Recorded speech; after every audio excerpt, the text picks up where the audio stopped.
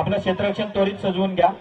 4 षटकांचा सामना सूर्य मावळतीला जर का अंधार झाला तर मग पुन्हा आपल्याला खेळामध्ये कदाचित अडथळा निर्माण होऊ शकतो।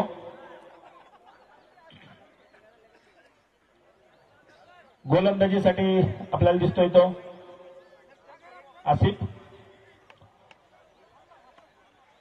आसिफ ज्यानं आतापर्यंत माफक अशी गोलंदाजी केली आहे। आपण पाहू आमच्या तिसंगीतील हे गुणी खेळाडू आपल्याला सगळ्यांना पाहायला मिळतात। आजच्या दिवसाभरामध्ये प्रत्येकाचं कौशल्य आपण पाहिलेलं आहे। तब्बल 6 संघ खेळले, जिंकले आणि या स्पर्धेचा भाग झाले। यातील 4 संघ माघारी परत आहेत। मात्र या दोघांमध्ये लढत आहे, परंतु खऱ्या अर्थानं कौतुक आहे त्या 4 संघांचं की ज्यांनी या स्पर्धेत भाग घेतला, खेळले आणि त्यामुळे हे विजेतेने उपविजेतापर्यंत येतात। दरम्यान पंचांचा इशारा येतोय, सामन्याला सुरुवात होते। आसिफच्या रूपानं पहिलं षटक झालं, सामना करतोय तो अमोल पहिलाच हलकासा तटवून काढलेला चेंडू। अमोलला माहितीये 33 धावांचं लक्ष आहे आणि 33 धावांचं लक्ष पार करत असताना चित्याच्या चपळाईनं पळतोय।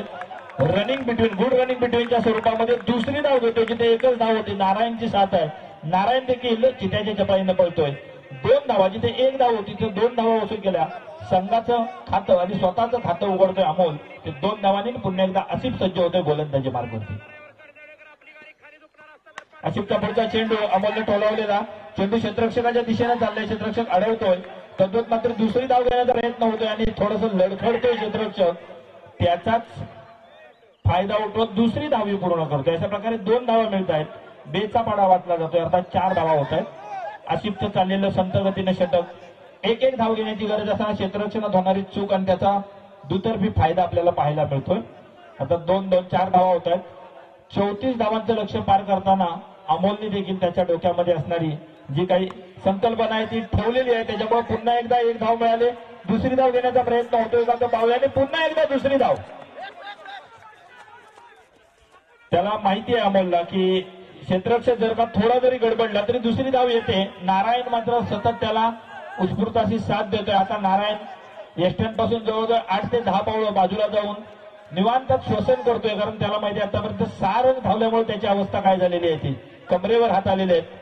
अमोल बरोबर धावायचंय आणि अमोल धावत असताना धावतो आणि त्याच्याबरोबर तोंडानं मंत्र देखील देत असतो। तेव्हा त्याचे सहकारी म्हणून ज्या वेळेला खेळावं लागतं आपल्याला, त्यावेळेला या सगळ्याच बाबतीत त्याला जपावं लागतं। सुंदर असा चेंडू दरम्यान आसिफने टाकला, लेग साईडला जाणारा चेंडू हलकासा टोलावण्याचा प्रयत्न, पोहोचतोय चेंडू बांधाला अडतोय।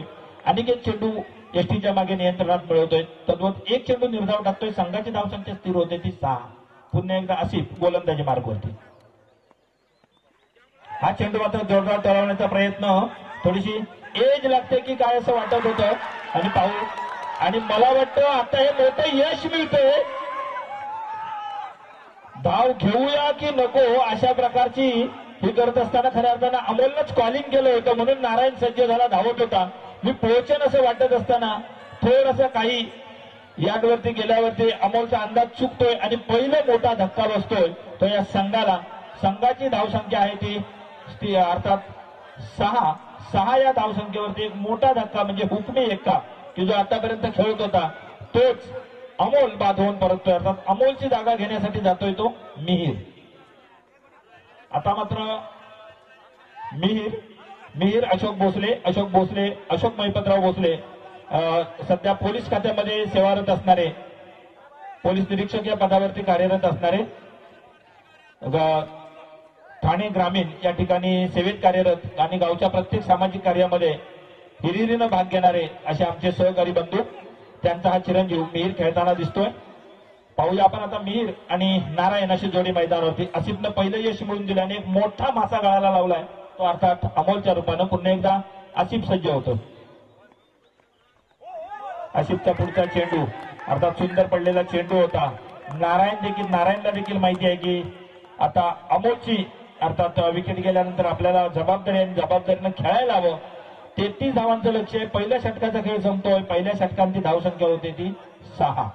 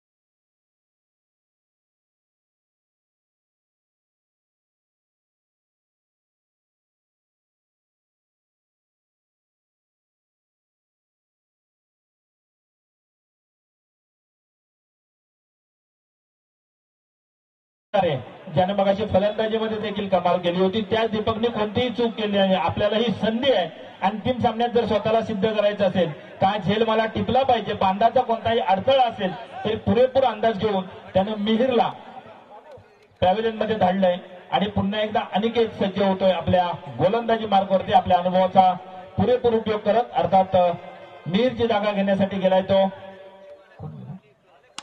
शैलेश, ज्याला उत्तुंग असा फटका मारलेला आहे. निश्चित बांधाला लांबून अडतोय तोपर्यंत एक धाव मिळाली, दुसरी धाव घेतोय येईल.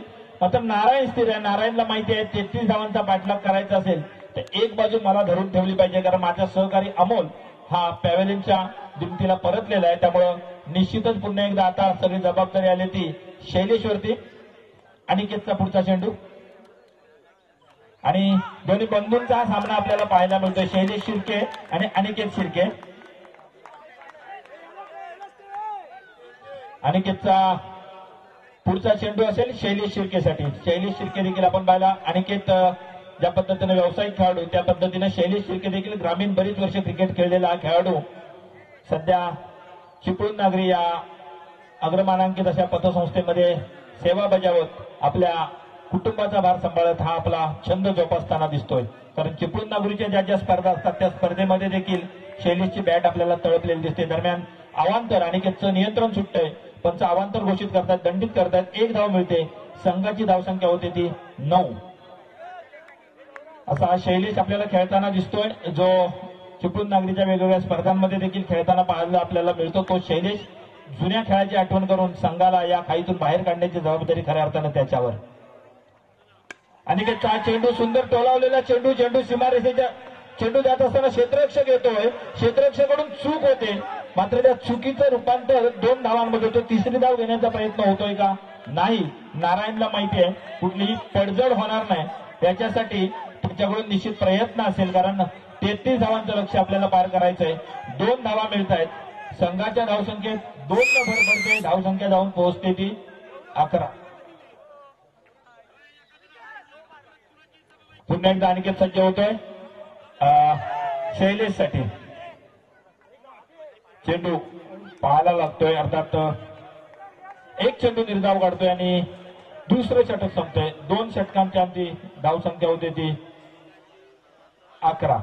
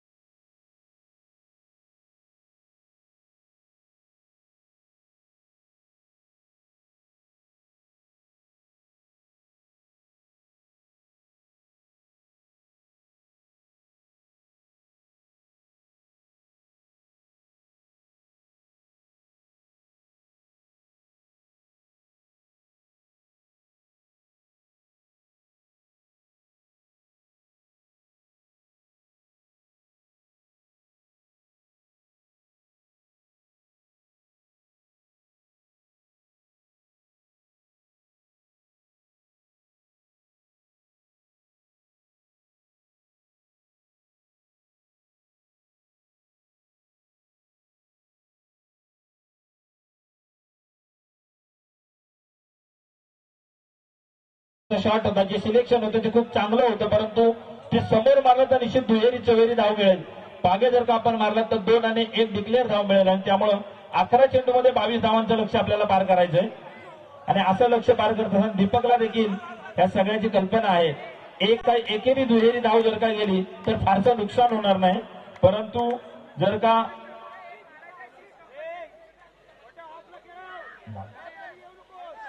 10 चेंडू आणि 21 धावा.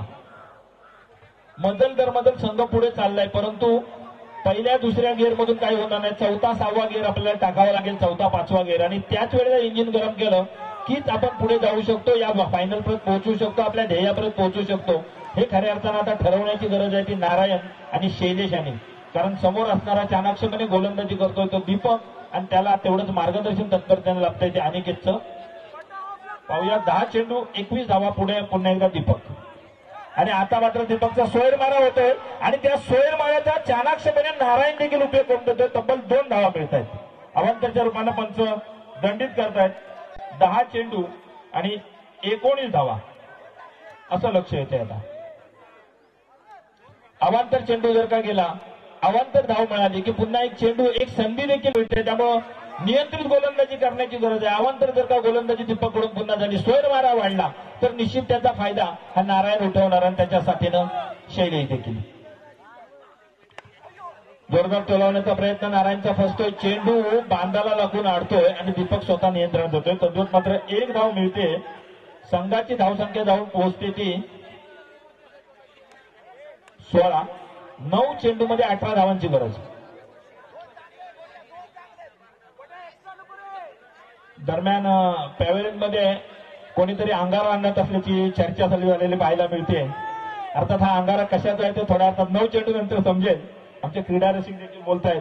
सूर्य मावळतीला चाललाय आणि संध्याकाळची 3 सांजेची वेळ ही अंगाराची वेळ असते. पुढे एकदा दीपक सज्ज होतोय. हा फुलटा चाललेला चेंडू जोरदार टोलावलाय तो शैलेशनं आणि तिथे झेल होतो का ते पाहुयाने. हा झेल होतोय. दीपक कोठारे.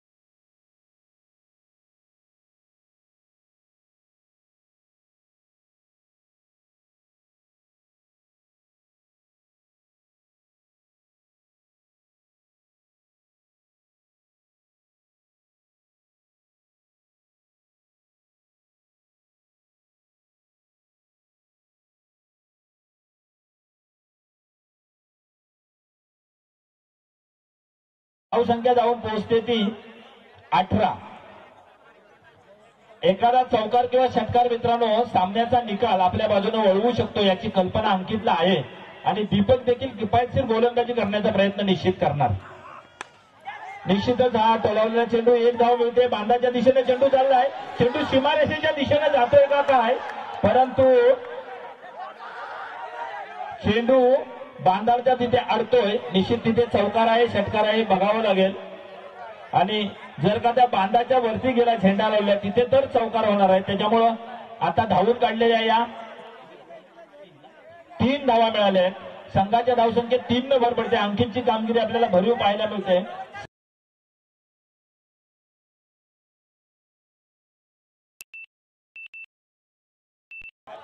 सहा चेंडू आणि 13 धावांची गरज आहे.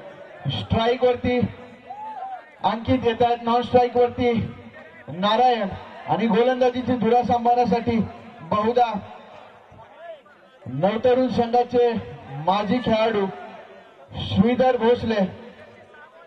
निश्चित रोहित जर आपण पाहिलं ना तर आता खऱ्या अर्थानं टीम मीटिंग करण्याची गरज आली आणि अनिकेतचा देखील अनुभव, दीपकचा अनुभव आणि 6 चेंडू 13 धावा बचाव कसं करायचं हे खऱ्या अर्थानं ठरवलं जातंय. कोणाकडे विश्वास दाखवला जातोय ते आपण पाहूया. भरोसा कोणावरती ठेवायचा आणि तो खऱ्या अर्थानं भरोसा ठेवला जातोय तो श्रीधर, ज्याच्या अनुभवाचा उपयोग केला जाईल. कारण आपल्याला माहिती आहे की भरोसा तुम्ही कोणावर ठेवताय ते फार महत्वाचं आहे. कौरव आणि पांडव यांच्या युद्धामध्ये आपण पाहिलेलं आहे. पांडवांनी श्रीकृष्णावरती भरोसा ठेवला. करोडोची सैनिक किंवा सेना न घेता केवळ श्रीकृष्णाला घेतलं, ज्यानं सारथ्य केलं आणि पांडवांना ते धर्मयुद्ध जिंकून दिलं, तेव्हा तुम्ही भरोसा कोणावर ठेवताय हे फार महत्वाचं. आणि असाच भरोसा कर्णधारानं दाखवलाय तो श्रीधर वरती, ज्याचं देखील नाव श्रीधर म्हणजे श्रीकृष्णच आहे. त्यामुळं निश्चित तो तारणार ठरतो का ते पाहूया. नारायण कडून देखील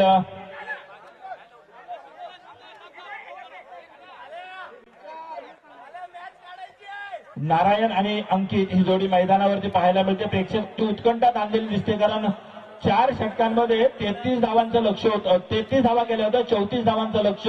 आणि हे लक्ष पार करत असताना आतापर्यंत अतिशय उत्साह सगळ्यांची उत्कंठा ताणणारा असा सामना झालाय. 6 चेंडू आणि 13 धावांवरती येऊन सलामीला खेळताना दिसतोय तो डावखुरा अंकित, त्याला साथ देतोय तो नारायण. आणि गोलंदाजीची धुरा असणार आहे 6 चेंडूचा बचाव करण्यासाठी, अर्थात श्रीधर भोसले. शेवटच्या षटकाला सुरुवात होते श्रीधरच्या रूपानं. पहिला चेंडू बाहेर टाकला जातोय, अवांतरच्या रूपाने धाव मिळते. मी मगापासून सांगतोय अवांतर रोखणं गरजेचं आहे, कारण तुम्हाला जर अवांतर रोखलं नाही तर कदाचित सामन्याचा निकाल वेगळ्या दिशेने जाऊ शकतो. आता 6 चेंडू आणि 12 धावा असं लक्ष येत आहे. आता नियंत्रित गोलंदाजीची गरज आहे ती श्रीधर कडून.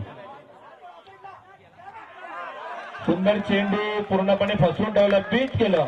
अर्थात मगाचा झालेला अवांतरचा एक चेंडू जो होता, हा चेंडू त्यानं एक पूर्णपणे भरून काढला असं म्हटलं तर अवघड ठरणार नाही. 5 चेंडू आणि 12 धावा. एखादा चौकार किंवा षटकार तुमच्या दिशेनं आला तर निश्चितच या सामन्याचा निकाल वेगळ्या पद्धतीने असू शकतो. 5 चेंडू 12 धावा. अशा वेळेला श्रीधर आपल्या अनुभवाचा उपयोग करतोय. 4 चेंडू आणि 12 धावा. आता मात्र अंकितला सलग 2 चेंडू निर्धाव गेल्यामुळे पूर्णपणे बर्डन आलेलं आहे. पण नारायण त्याला गायडन्स करतोय की तू काय करणं खऱ्या अर्थानं गरजेचं आहे. गतवर्षाच्या त्याच्या खेळीची आठवण करून त्याला देतोय. आणि खऱ्या अर्थानं आता उत्कंठा प्रेक्षकांची ताणलेली आहे. 4 चेंडू 12 धावा. नक्कीच गुरुजी, एकदा जोरदार टाळ्या श्रीधर दादासाठी झाल्या पाहिजेत. सुंदर अशी गोलंदाजी करताना आपल्याला इथे दिसून येतोय तो श्रीधर. सुंदर फटका आणि चौकार.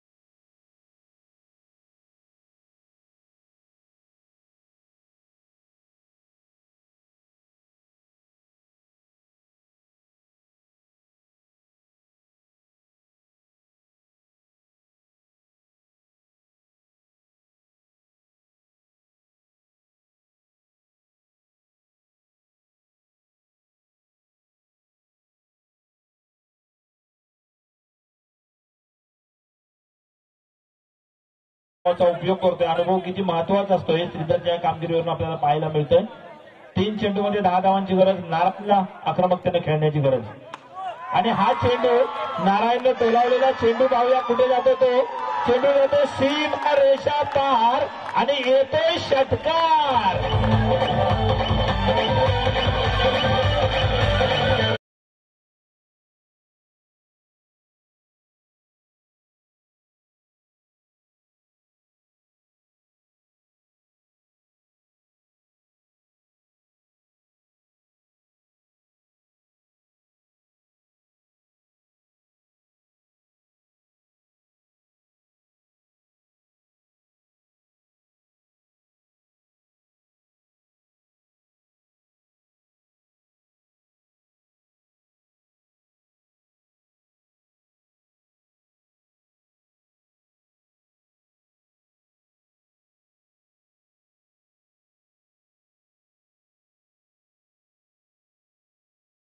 10 धावांची गरज असताना या चेंडूवरती आलेला षटकार सामन्याची उत्कंठा फार जिजाऊंचा मराठा या संघाकडे झुकते की श्रीजाकडे झुकते हे खऱ्या अर्थानं बघण्याची आता गरज आणि आपला अनुभव प्रत्येकजण पणाला लावतोय. अनिकेत देखील त्यांना मार्गदर्शन करतोय आणि पुन्हा एकदा सज्ज होतोय गोलंदाजी मार्ग करतो श्रीधर. नारायणला चेअरअप केलं जात आहे. नारायण देखील स्वतःला स्थिर ठेवून खेळण्याची गरज आहे कारण 2 चेंडूमध्ये 4 धावांची गरज असा उत्कंठावर्धक सामना. नॉन स्ट्राईक एंडला आहे तो अंकित जो त्याला समर्थपणे साथ देतोय. पुन्हा एकदा क्षेत्ररक्षण निहाळतोय आणि सज्ज होतोय श्रीधर आपल्या कामगिरीसाठी. एकदा जोरदार टाळ्या वाजूया. शेवटचे 2 चेंडू आहेत आणि या 2 चेंडूवरती खरंच निर्णायक TPL 2चं यश खऱ्या अर्थानं अवलंबून आहे. TPL मध्ये असणारा खरोखर फायनलचा सामना आपली सगळ्यांची उत्कंठा वाढवणारा प्रेक्षकांची उत्कंठा वाढवणारा संपन्न होताना पाहायला मिळतोय. पुन्हा एकदा गोलंदाजी मार्गावरती श्रीधर सज्ज होतोय पुढचा चेंडू टाकण्यासाठी आणि हा चेंडू 1 धाव निश्चितच मिळते. दुसरी धाव घेण्याचा प्रयत्न होतोय का ते पाहूया. दुसरी धाव मिळते. तिसरी धाव घेण्याचा प्रयत्न होतोय का ते पाहूया आणि नाही अर्थात 1 चेंडू आणि 2 धावा.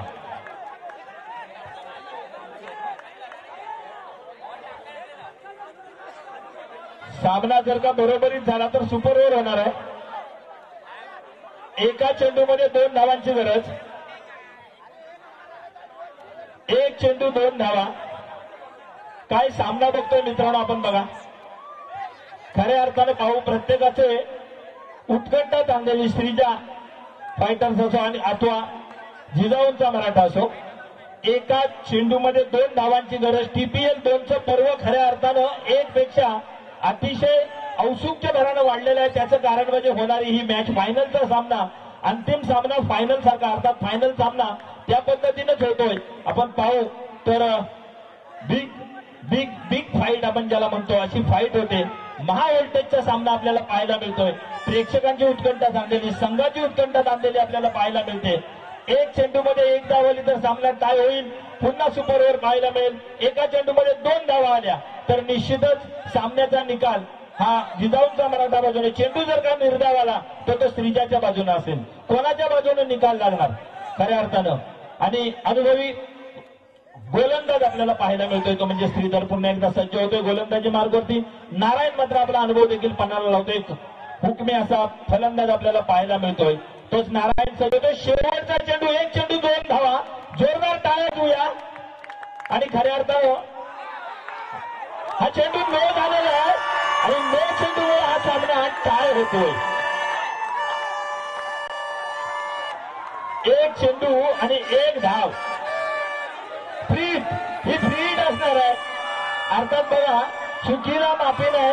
क्रिकेटमध्ये आपण कधीतरी म्हणतो आम्हाला उभं राहून आता कॉमेंट्री करण्याची खऱ्या अर्थानं गरज वाटते कारण सामन्याची उत्कंठा वाढलेली असताना श्रीधरचा अनुभव पणाला येईल असं वाटत असताना श्रीधरकडून एक चूक झाली. चाणाक्षपणे अंकितला माहिती होतं की कदाचित असं प्रसंग घडू शकतो. 1 नोच्या रूपानं धाव मिळाले त्यामुळं 3 हिट असणार आहे आणि अजूनही 1 चेंडू बाकी असणार आहे. एका धावेची गरज. नारायण की जो आतापर्यंत थांबला खेळपट्टीवरती आणि खऱ्या अर्थानं मी आठवण करून देईल की अंकित आहे त्याच्या जोडीला. ज्या अंकितनं गेल्या वर्षाचा सामना जिंकून दिला होता तो अंकित पुन्हा एकदा साक्षीदार होतो की काय विजयाचा. अशा प्रकारची उत्कंठा सगळ्या प्रेक्षकांची ताणलेली. क्षेत्ररक्षणामध्ये बदल केला जातोय. 1 धाव थांबवण्यासाठी प्रयत्न केला जातोय कारण 3 हिट जरी असेल तरी त्याच्यावरती धाववाद होऊ शकतो. धाववाद ही एकच भीती असेल तुम्हाला आणि त्यामुळं 3 हिटचा हा चेंडू श्रीधरकडून कशा पद्धतीने टाकला जातोय त्याच्यावरती सगळ्यांची उत्कंठा ताणलेली. 1 धाव आणि नारायणनं हा सामना जिंकलेला आहे. अर्थात